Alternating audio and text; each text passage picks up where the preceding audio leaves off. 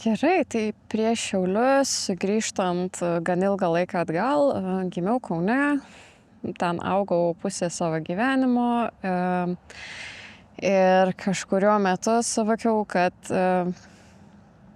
tam tikri dalykai mūsų visuomeniai galbūt man buvo nepriimtini.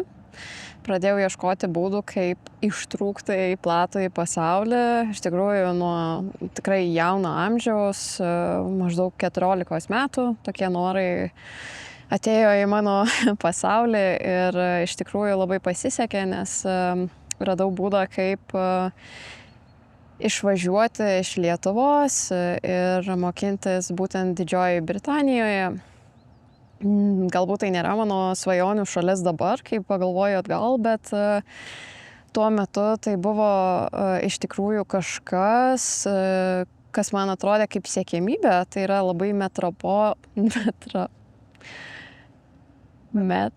didelis metropolis ir dideliam metropolį, žinoma, galim surasti įvairių žmonių, įvairių rasių. Mane tai tikrai labai traukia. Ir apskritai pas mane nei šeimoje, nei apskritai augant tikriausiai nebuvo savokos, kad yra mes ir jie. Buvo savoka, kad yra tiesiog žmonės ir buvo didelis noras pažinti žmonės.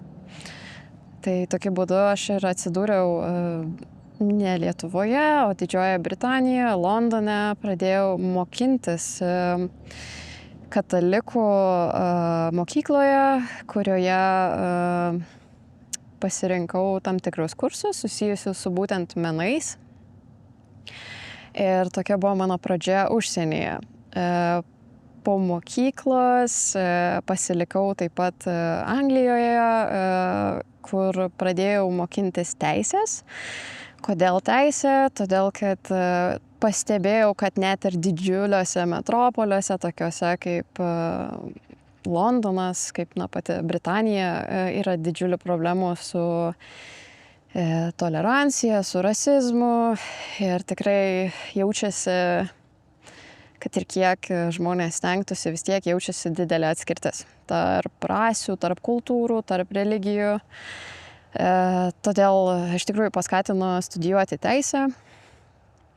Ėjau teisės keliu, gyvenau Londone, žinoma, dirbau, po kurio laiko persikrausčiau gyventi į Škotiją, kur taip pat tęsiau savo studijas.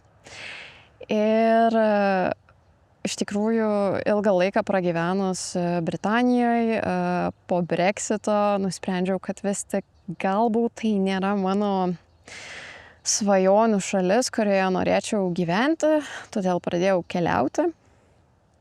Pirmoji stotelė buvo Graikija, kurį laiką pagyvenau Graikijoje.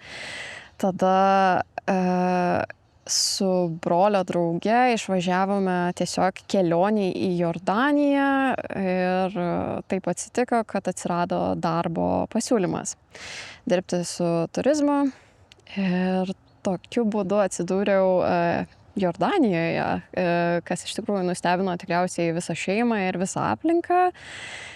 Buvo labai daug baimių, daug stereotipų ir aš suvokiau gyvendama ten, kad stereotipas nuo realybės dažniausiai iš tikrųjų yra labai stipriai atitolęs ir galbūt prasidėjo mano toks jau pagrindinis kelias į tą tokią į bandymą šviesti žmonės, ar ne, kad mes tikrai esam labiau panašus nei skirtingi.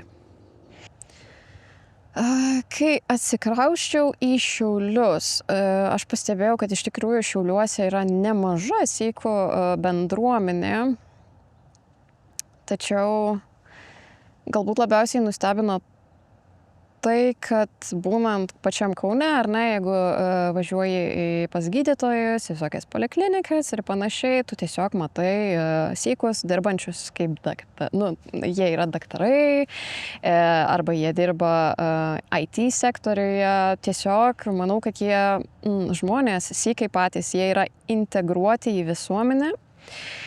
Ir manęs asmeniškai Kaune, nestebino kad tai yra tiesiog žmonės, ar ne, jie integruojas, viskas yra labai gerai, tačiau atvykus į Šiaulius pastebėjau, kad sykiai Šiauliuose visada vaikšto kartu, neteko nei karto matyti, kiek jau begyvenu Šiauliuose, kad tos bendruomenės maišytųsi. Tai iš tikrųjų nėra lietuvių, kurie vaikščiotų gatvėse su sykais, tiesiog sėdėtų kavinėse, bendrautų.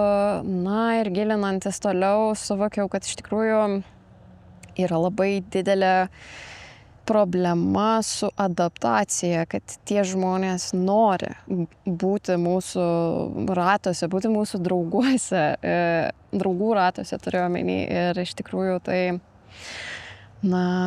nėra absoliučiai jokios paskatos, ar ne, iš mūsų pačių, iš, žinoma, valdžios, kad tai įvyktų. Noro yra, jokių priemonių tam kol kas nėra sukurta.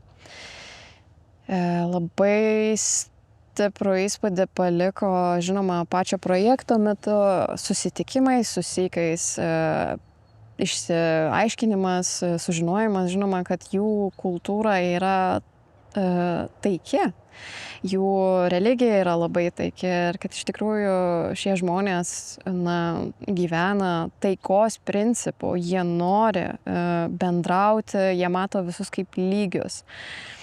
Todėl iš tikrųjų labai šokiruoja, skaitant internetinius komentarus ir apskritai bendraujant su sykais, kokia didžiulė atskirtis, kokia didžiulė diskriminacija prieš žmonės, kurie, jie tiesiog yra, jie žmonės ir, jie tikrai nieko blogo nedaro. Net statistiškai sykai yra vieni taikiausių bendruomenių Europoje, kurie, net ir mano pastebėjimu, ar ne, pačioje Anglijoje yra labai gerbiami dėl savo būtent taikių bendruomeniškų veiklų, požiūrio į kitas tautas ir kitas religijas, į moteris ir vyrus.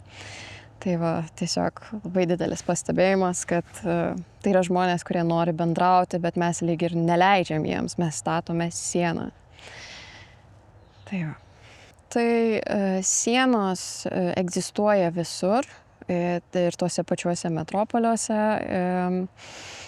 tačiau kartais jos pasistebi ryškiai. Tai vat būtent Šiaulių atžvilgių man tai ir pasijuto labai stipriai. Atskirtis yra labai didelė. Vien faktas, kad žmonės, su kuriais aš bendravau, sakė, kad tai yra pirmas kartas, kai su jais iš vis kažkas nori kalbėtis taikiom temom, be agresijos, ne dėl kažkokių priežasčių, o tiesiog dėl pačio bendravimo, ar ne, užmegzti ryšį. Kodėl yra ta siena? Aš manau, kad vis tik mes patys tą sieną statome. Mes turim kažkokius stereotipus, susikuriam kažkokią iliuziją, kad tai yra nesaugu, kad čia kažkas negerai, ne taip kaip mes ir nemokame tų sienų griauti.